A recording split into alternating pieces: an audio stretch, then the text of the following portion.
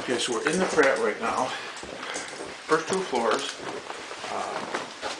have the browse room, which is a cooperative of crafters and merchants. We're in the understage area right now of the Pratt.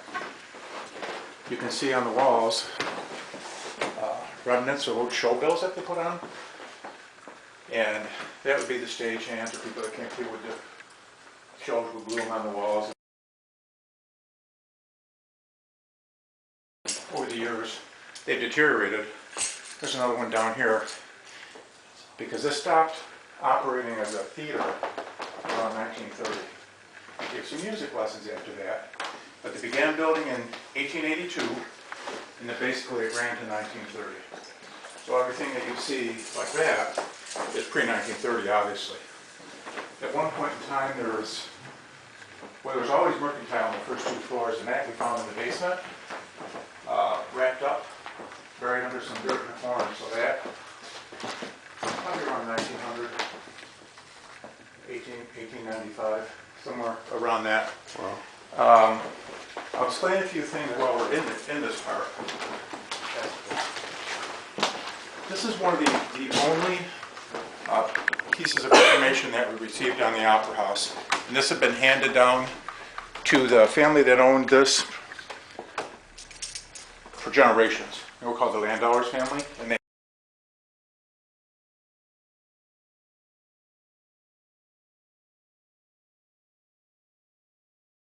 had the mercantile in here, and that was from the Opera House, and they had it hanging on the wall, and they just left it here.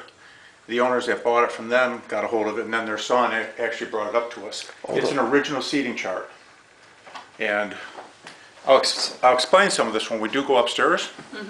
But something that's interesting is, it's called the New Grand Opera House. This is the first floor. There's an orchestra pit, and we're going to walk under this in a minute. And then there's exits coming from the downstairs to this floor. This is one of them, and there's one in the other room that we're going to go through. This is no longer there, but it's a horseshoe-shaped balcony. So that had collapsed, and during World War II, we actually found some correspondence between different people, and they had salvaged the wood out of there and used the metal for the war effort. Cool. I don't know if you've ever seen the pictures down in the courthouse. There's huge piles of scrap iron. I'm pretty sure those seats are in that pile someplace. So this is actually original. The reason I pointed out the New Grand Opera House is the Opera House that began building in 1882, and around 1902, 1904, they closed it and expanded it.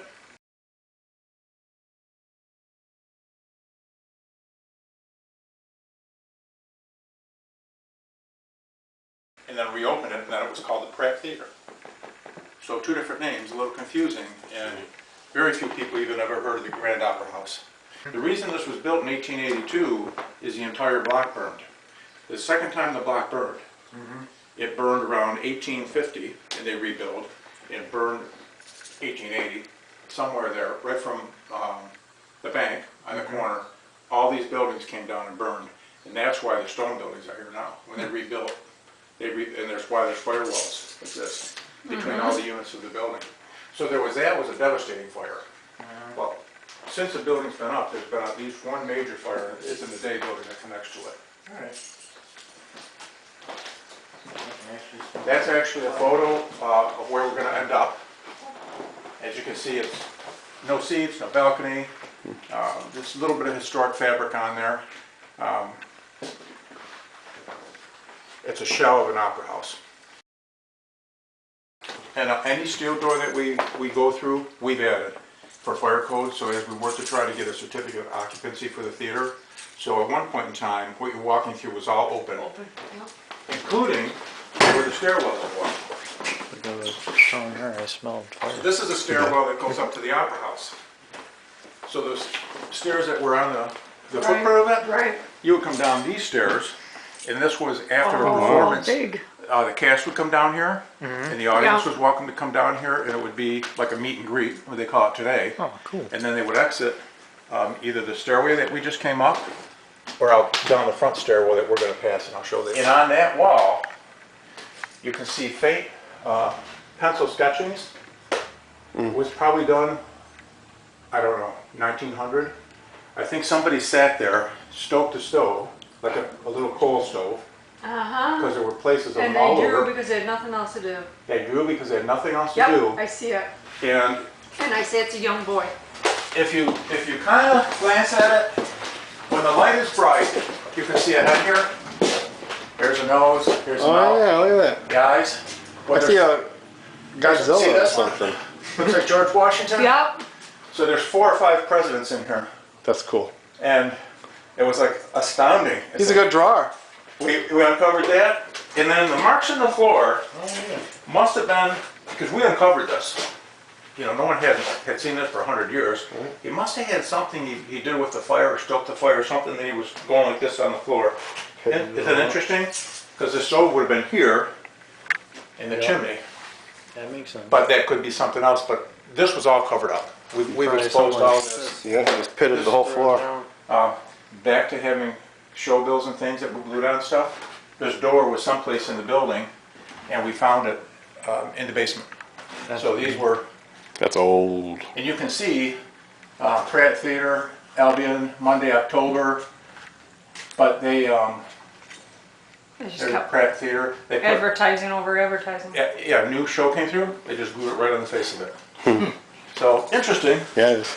I like that. That's neat.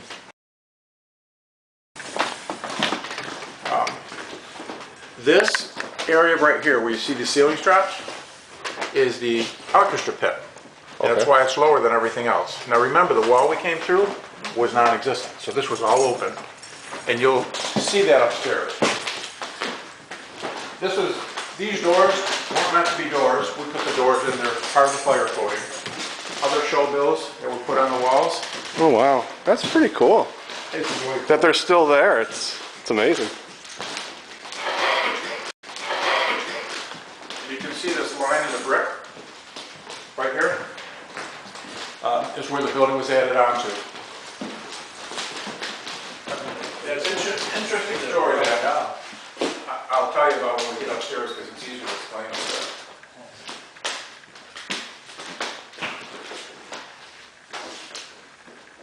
A lot of folks have been through these rooms. Yeah. Oh, this is awesome. Okay. It is. Utility history. rooms that they would have used for just setting up the theater. Again, this door wasn't here. Mind-boggling, Right, so honestly. it went all open. Yep. Okay, so that's Main Street, main entrance. Original handrails, steel treads on the steps. So you would enter, come up, ticket booth. So you could see the half round in the glass. Now I put this on to protect it. I'm sure that glass was replaced several times, but. Do you use this? Well, we had a few things. We can't use the Opera House, but we did some fundraisers for United Way, and we've done historic things down in here. And we actually had somebody sitting in there handing out tickets, like $2 tickets for United Way. That's really neat. We put a cool light in the background. Nice. So this would have been, and you'll see when we go through these doors, weren't here, again, an area where it was kind of like a lobby, but it really wasn't a meeting place where people come up, get their tickets. Eventually, they probably had restrooms up there, I'm not sure. And then all these offices were management offices. So there's an article. These are the ones that are active now, right? Like Yes. you have- Yes. So there's an article that we found about a performance that was up here, and there was a barber. And his barber shop was up here, because at one point these were law offices and insurance folks, and when the theater was open and when it was closed, they didn't use all these rooms. They said there were 1,000 people at a performance, and there were so many people up there, he couldn't open his door. And he couldn't get out of his room until a crowd of Believe 11. it, because when we walked in here, I saw tons of people coming up the stairs. We Well, walked in here, tons. so I have a friend, he's Brad Chubb, he's like 83. We're walking up here, we were walking past this store like this, and he goes, oh yeah, he says, I remember that when I was a kid, pointing to this store. He says, that was Donatelli's barber shop. That was the barber, and we're right in the center of the theater. So when we opened up the floor to repair it, at some point in time, they put a steel I-beam across it to strengthen it. But they said they'd have parades up and down Main Street. In the end of the parade, people would come up for a I'm performance. telling you, I saw crowds of people like packed coming up these stairs when we Must walked have through been the door. huge for the time. So, other than these doors are all original. We put fire-rated drywall, had to take transoms out and coated them in fire-rated paint. It's all trying to get certificate of occupancy. This would have been original. That was open, and these were not here. In these restrooms that we're passing would have been back around the back of the ticket booth or here. Right. So now we're entering. You haven't seen one of those forever. This is the day-to-day building. This is a different building. Yep, this is a different building. Totally different energy. Those, and I think we took 6 floors off of this. This is the original floor. Tried to establish some of the original That's awesome. wallpaper. That's awesome. Yeah, center of the building. You go down, you turn left or right to get to Main Street. They left this way, right? They left this way. Yes, Yep. yes, I see. And yeah, obviously there's an exit sign, but I didn't realize that.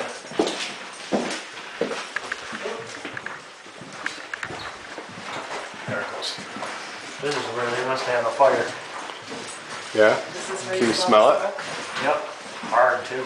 A lot of ashes, even dead people Do actually. they know what caused the fire? Moving part. I want to say There was electrical. a door for Express Fitness. It's got a very different. These were smell. shelves. You can see the rolling ladder. This was storage for inventory for the mercantile that was downstairs, and that ladder went all the way to the front of the building.